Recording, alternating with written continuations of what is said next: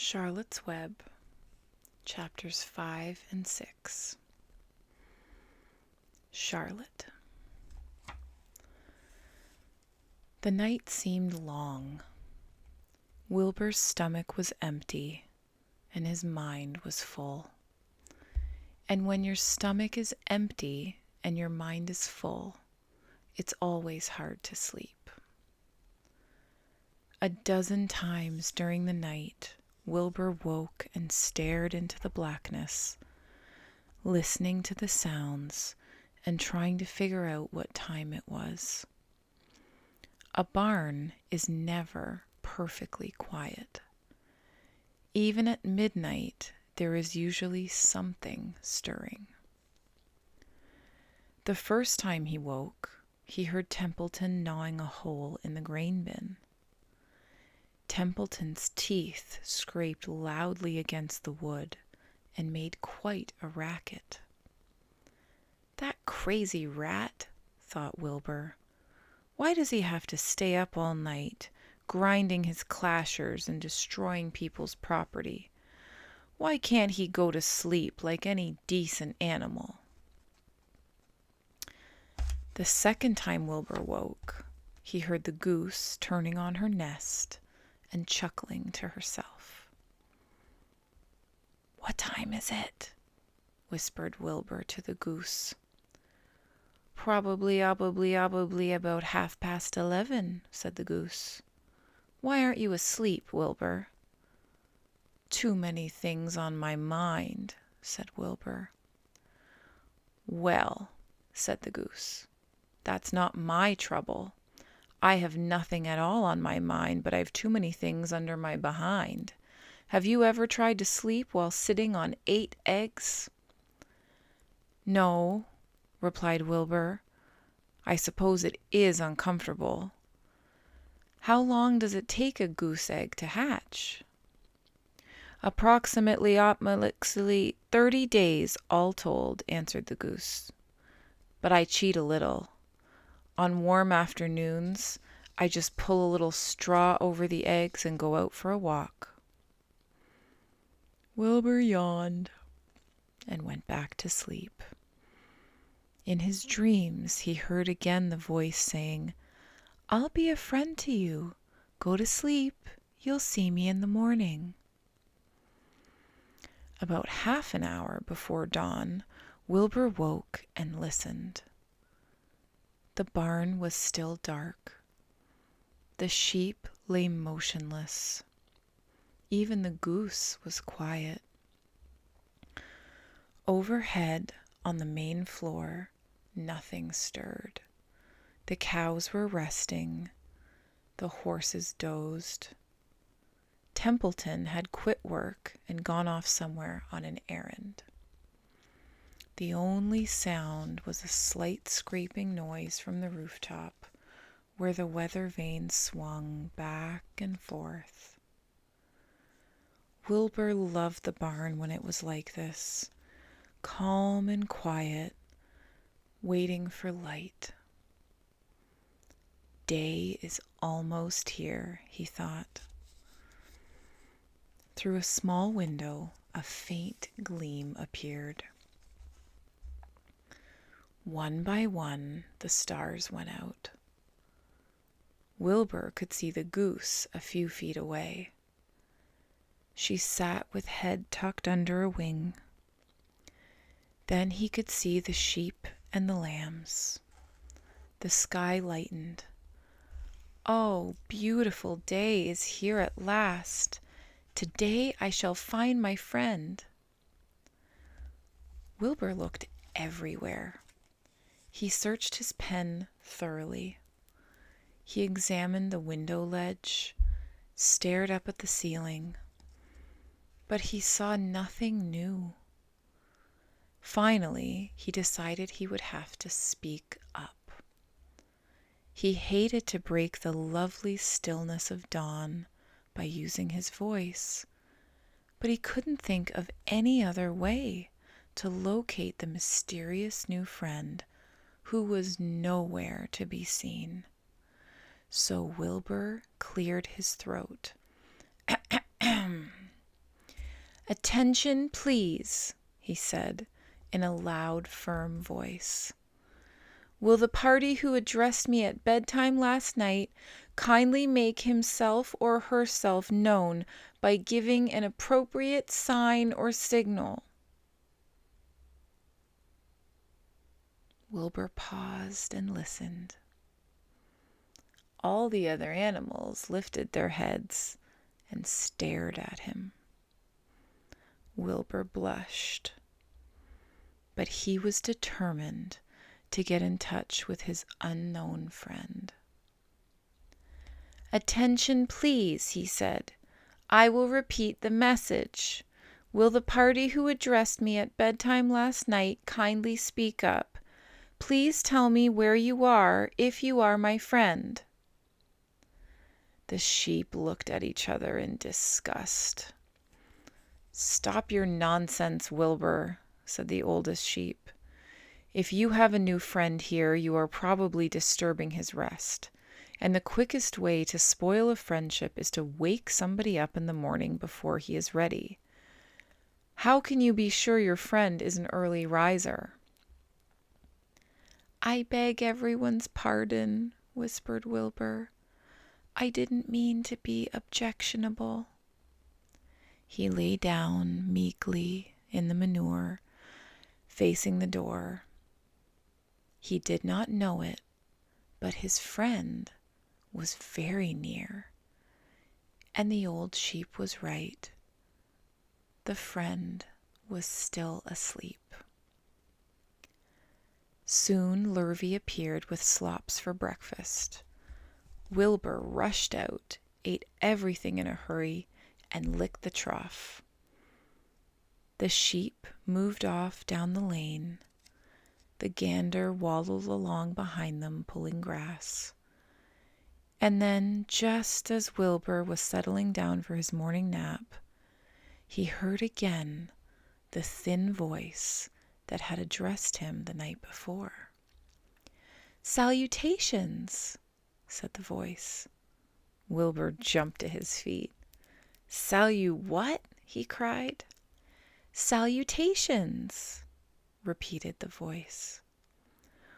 "What are they, and where are you?" screamed Wilbur. "Please, please tell me where you are, and what are salutations?" "Salutations are greetings," said the voice. "When I say salutations, it's just my fancy way of saying hello or good morning. Actually, it's a silly expression, and I am surprised that I used it at all. As for my whereabouts, that's easy. Look up here in the corner of the doorway.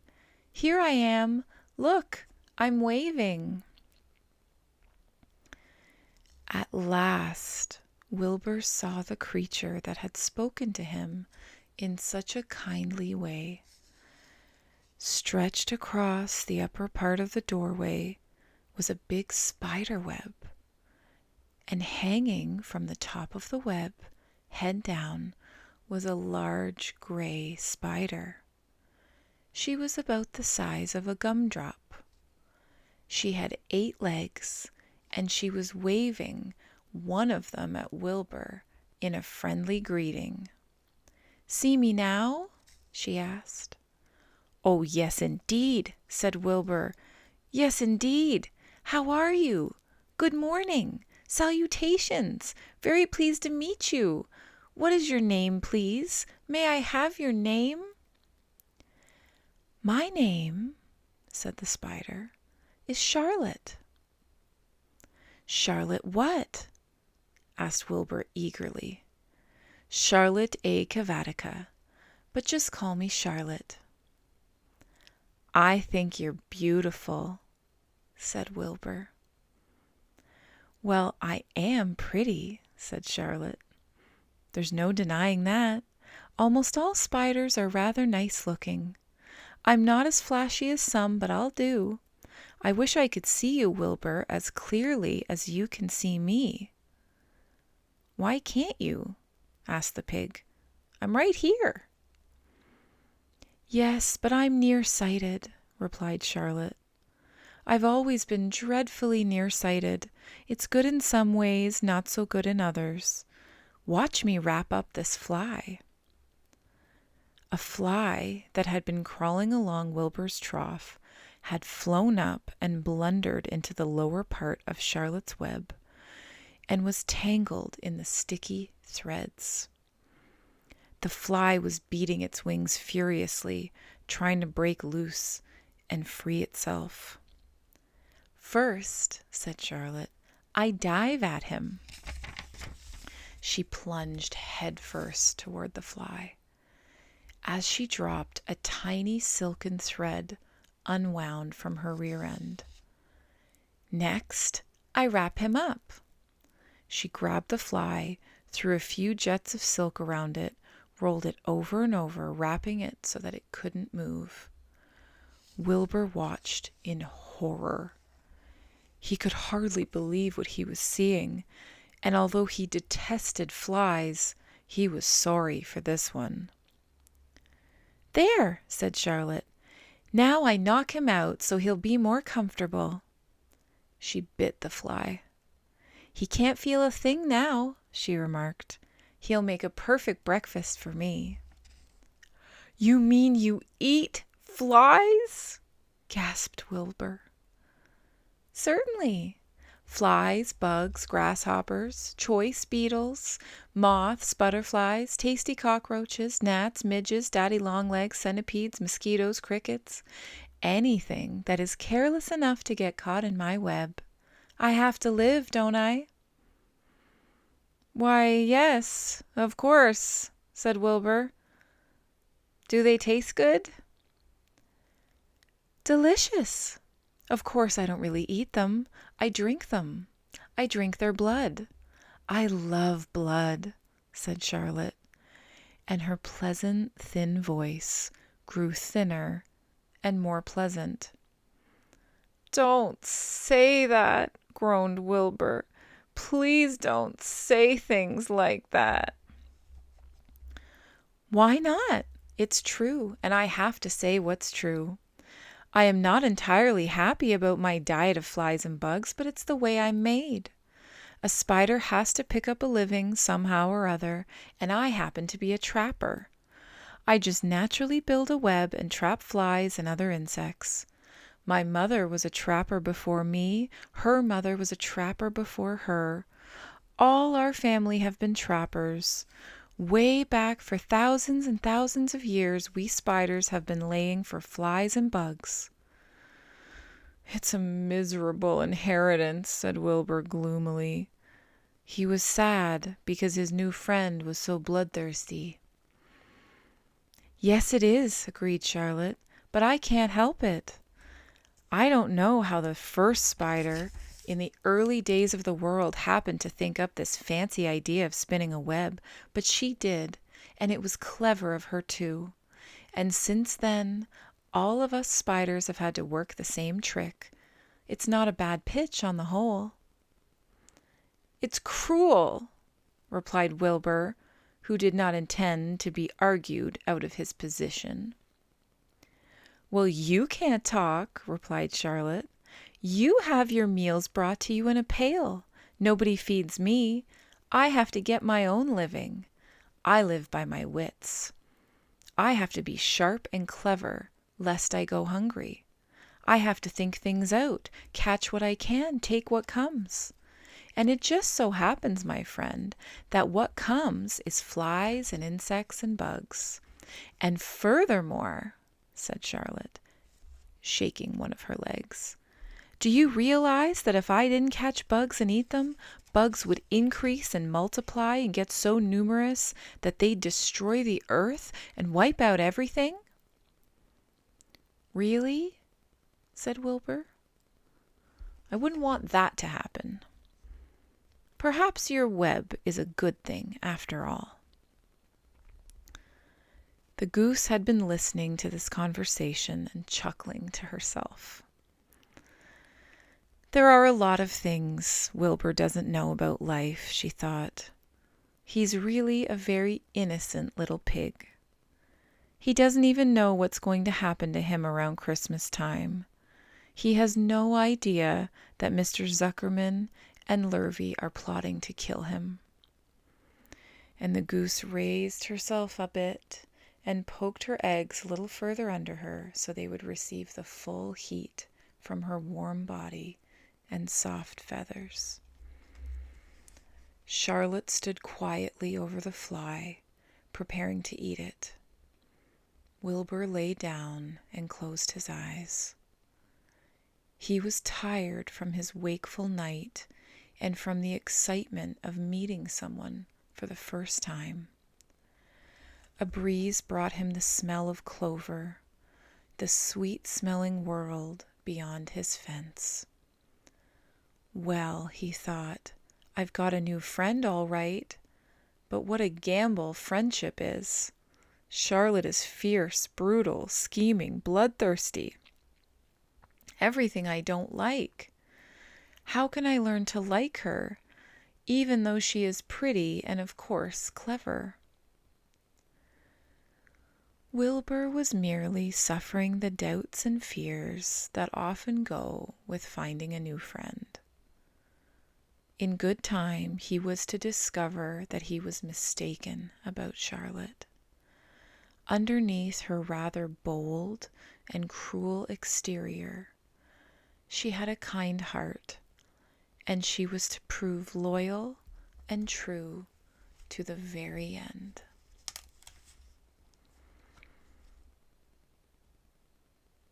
Chapter 6. Summer Days. The early summer days on a farm are the happiest and fairest days of the year. Lilacs bloom and make the air sweet, and then fade. Apple blossoms come with the lilacs, and the bees visit around the apple trees. The days grow warm and soft. School ends, and children have time to play and to fish for trouts in the brook. Avery often brought a trout home in his pocket, warm and stiff and ready to be fried for supper.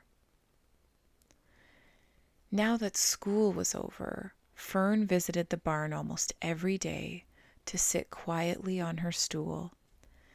The animals treated her as an equal. The sheep lay calmly at her feet.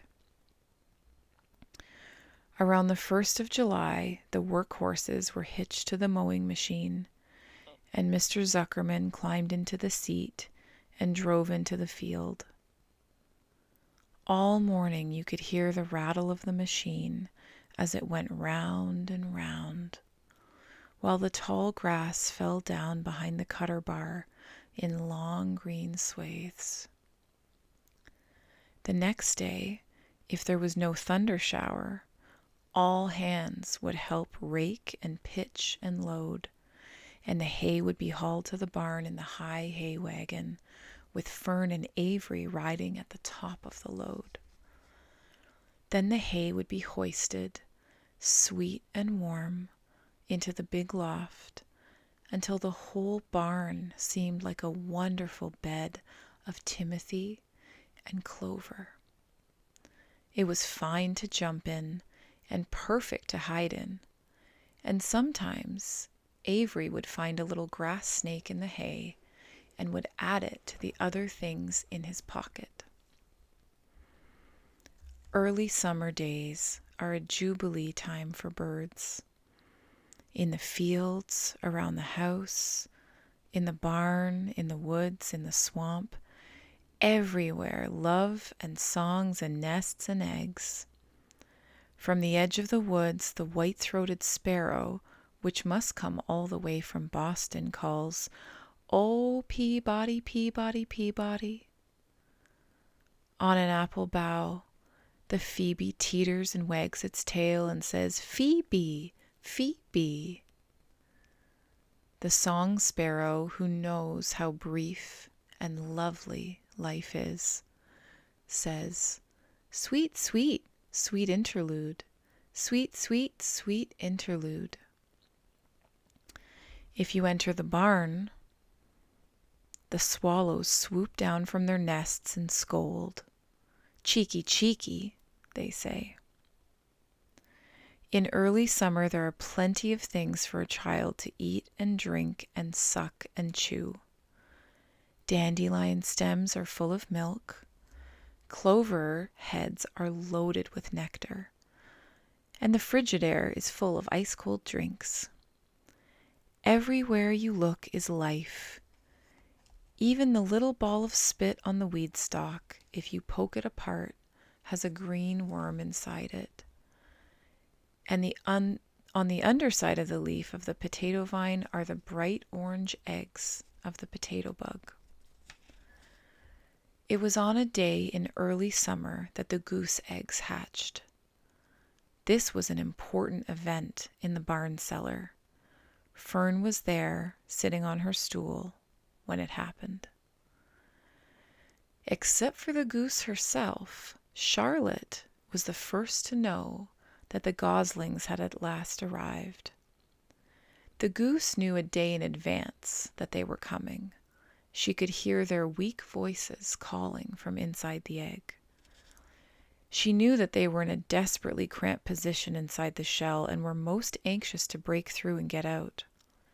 So she sat quite still and talked less than usual. When the first gosling poked its gray-green head through the goose's feathers and looked around, Charlotte spied it and made the announcement. "I am sure," she said, "that every one of us here will be gratified to learn that after 4 weeks of unremitting effort and patience on the part of our friend the goose, she now has something to show for it. The goslings have arrived. May I offer my sincere congratulations?" "Thank you, thank you, thank you," said the goose, nodding and bowing shamelessly. "Thank you," said the gander. "Congratulations!" shouted Wilbur. "How many goslings are there? I can only see one." "There are 7," said the goose. "Fine," said Charlotte. 7 is a lucky number." "Luck had nothing to do with this," said the goose. "It was good management and hard work." At this point, Templeton showed his nose from his hiding place under Wilbur's trough. He glanced at Fern, then crept cautiously toward the goose, keeping close to the wall. Everyone watched him, for he was not well liked, not trusted. "Look," he began in his sharp voice. "You say you have 7 goslings. There were 8 eggs. What happened to the other egg? Why didn't it hatch?" "It's a dud, I guess," said the goose. "What are you going to do with it?" continued Templeton, his little round beady eyes fixated on the goose. "You can have it," replied the goose. "Roll it away and add it to that nasty collection of yours." Templeton had a habit of picking up unusual objects around the farm and storing them in his home. He saved everything. Certainly, said the gander. "You may have the egg. But I'll tell you one thing, Templeton. If I ever catch you oking your ugly nose around our goslings, I'll give you the worst pounding a rat ever took." And the gander opened his strong wings and beat the air with them to show his power. He was strong and brave, but the truth is, both the goose and the gander were worried about Templeton. And with good reason. The rat had no morals, no conscience, no scruples, no consideration, no decency, no milk of rodent kindness, no compunctions, no higher feeling, no friendliness, no anything. He would kill a gosling if he could get away with it. The goose knew that. Everybody knew it. With her broad bill, the goose pushed the unhatched egg out of the nest, and the entire company watched in disgust while the rat rolled it away. Even Wilbur, who could eat almost anything, was appalled. Imagine wanting a junky old rotten egg, he muttered. A rat is a rat, said Charlotte. She laughed a tinkling little laugh. But, my friends, if that ancient egg ever breaks, this barn will be untenable. What's that mean? Asked Wilbur. It means nobody will be able to live here on account of the smell. A rotten egg is a regular stink bomb. I won't break it, snarled Templeton. I know what I'm doing. I handle stuff like this all the time. He disappeared into his tunnel, pushing the goose egg in front of him. He pushed and nudged till he succeeded in rolling it to his lair under the trough. That afternoon, when the wind had died down and the barnyard was quiet and warm, the gray goose led her 7 goslings off the nest and out into the world. Mr. Zuckerman spied them when he came with Wilbur's supper. Well, hello there, he said, smiling all over. Let's see. 1, 2, 3, 4, 5, 6, 7. 7 baby geese. Now isn't that lovely? And that is the end of chapter 6.